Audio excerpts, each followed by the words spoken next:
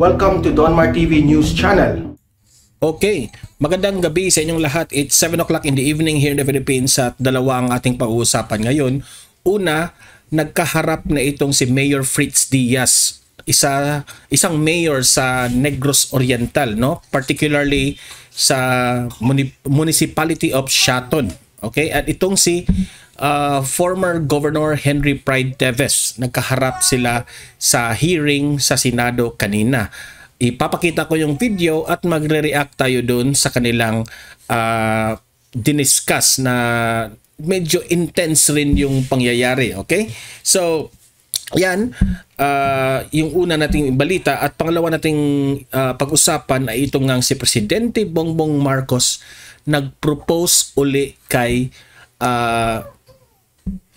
First Lady Liza Araneta Marcos. Yan, itatalakay natin ito, i-discuss natin ito kung anong nangyari.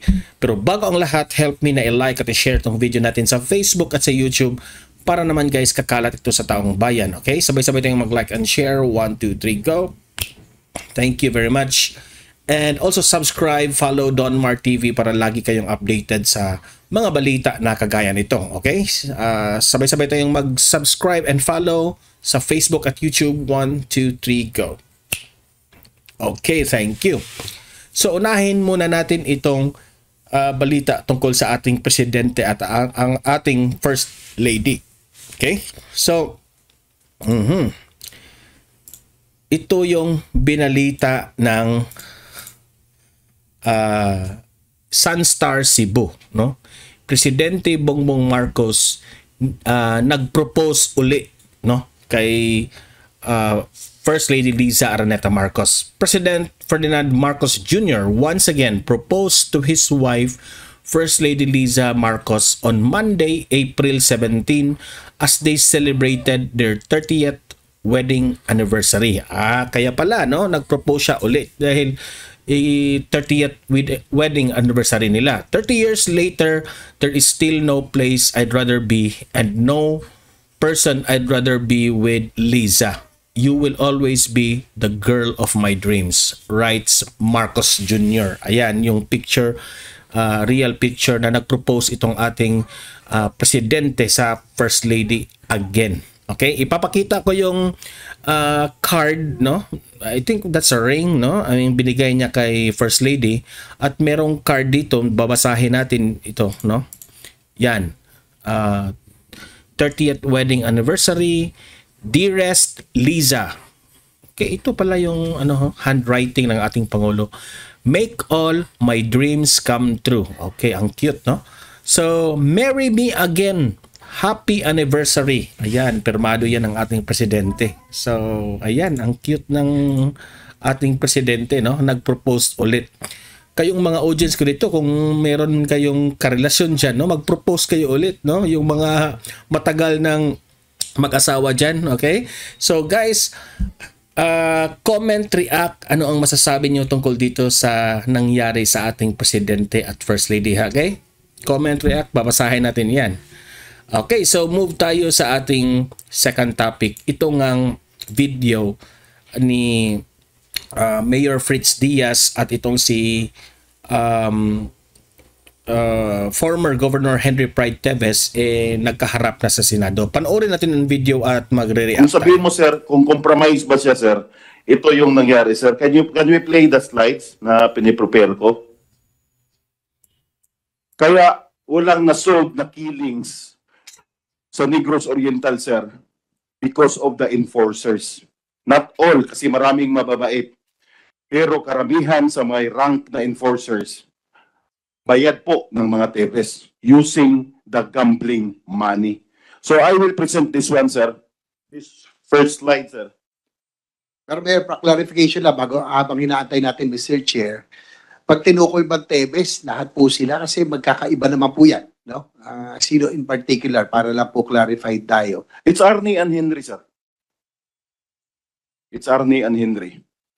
At former Governor Kong Henry also part of sa Isabong, parang doon siya sa corporate sa pagkakalam ko. So ayan, nasa harap ni Mayor Fritz Diaz si former governor Henry Pride Teves, no? Nagkarap talaga sila, nagkita sila eyes to eyes, no? Harapan na nag-testimony itong si Mayor Fritz Diaz. Pero dito yung isabong kay Kong Arnie yun. Later sir, sa executive session sabihin ko sir. Dahil gusto lang natin maklarify. Kasi kilala ko si Kong Henry na ano to sa Congress, kasabay ko. Ito lang sir. Sa ibang personality. Ito lang. Ito na, dali lang. Ito lang sir. Kong Henry, I already involved ka ba sa isabong? Di, ito ngayon. About definitely isabong, I am involved ka ba? not involved in any other. No, kasi sinabi ni Mayor Fritz Diaz na yung some of the money ay galing sa mga gambling na yan, no, etc. Anong sinabi ni Mayor Fritz, no? So ito ngayon pinariringgan yung panig ni former governor Henry Pride Teves. In any gaming or numbers games. In fact, I already gave my a waiver to my bank secrecy and all my assets. You can check it for the last 15 years. Kung bigla ba akong yumaman, kung may pera bang pumasok or may nabili ba akong mga lupa na biglang hindi mo alam saan galing yung pera. Ano ang income ko, ano ang output ko, sino binabayaran ko. Kasi I know I'm a farmer. And I know who I pay, all my suppliers, and I know who gives money to me, yung kinokolektahan ko. So if you can check from the last 15 years, how my assets grew, where I got the money, what I bought, where I got the money, makikita niyan lahat. Kung may biglang yumaman ako in the last 15 years, then you will suspect that I am into something that is illegal. But I can assure you, I already gave my waiver to the DOJ and they're checking my accounts, everything in and out for the last 15 years, property acquisitions and everything. You can check all of that, sir, and I can assure you, none of that came from illegal activities, Your Honor. Sir. Thank you for that. In line with that sir. Yes, Mayor Pres Diaz mo.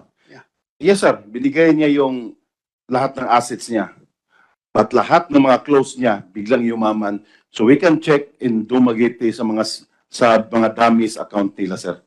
So biglang yumaman nung nag-start yung lawyers nila,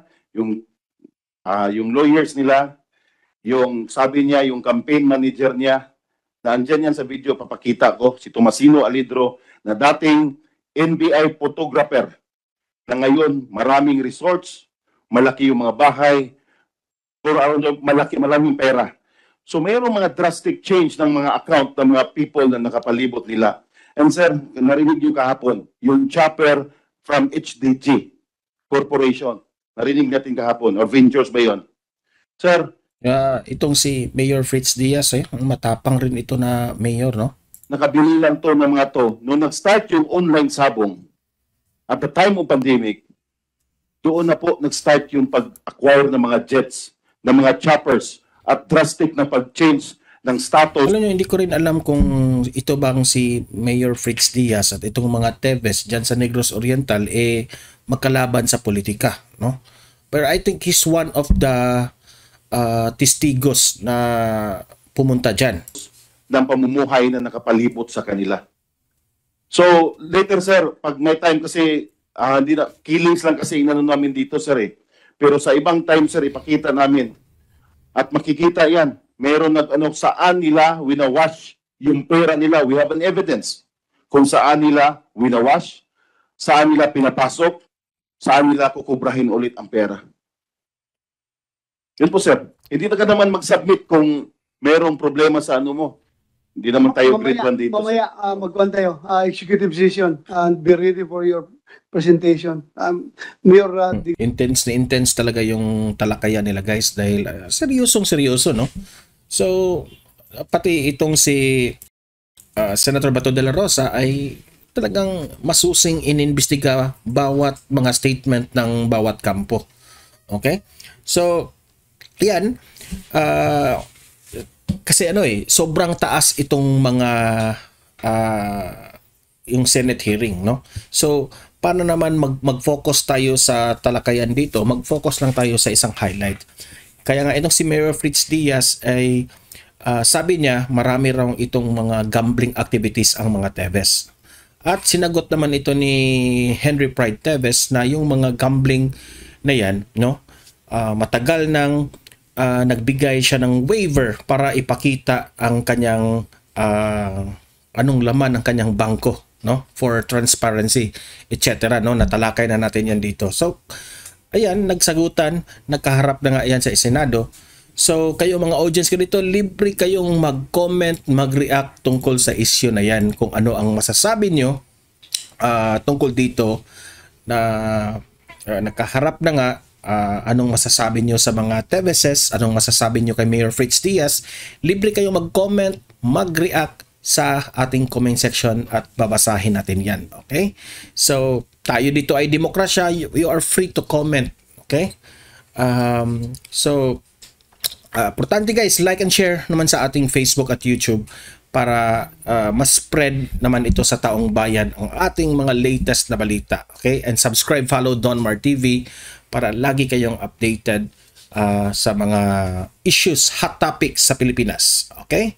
So, see you in my next video. Have a great night and God bless everyone.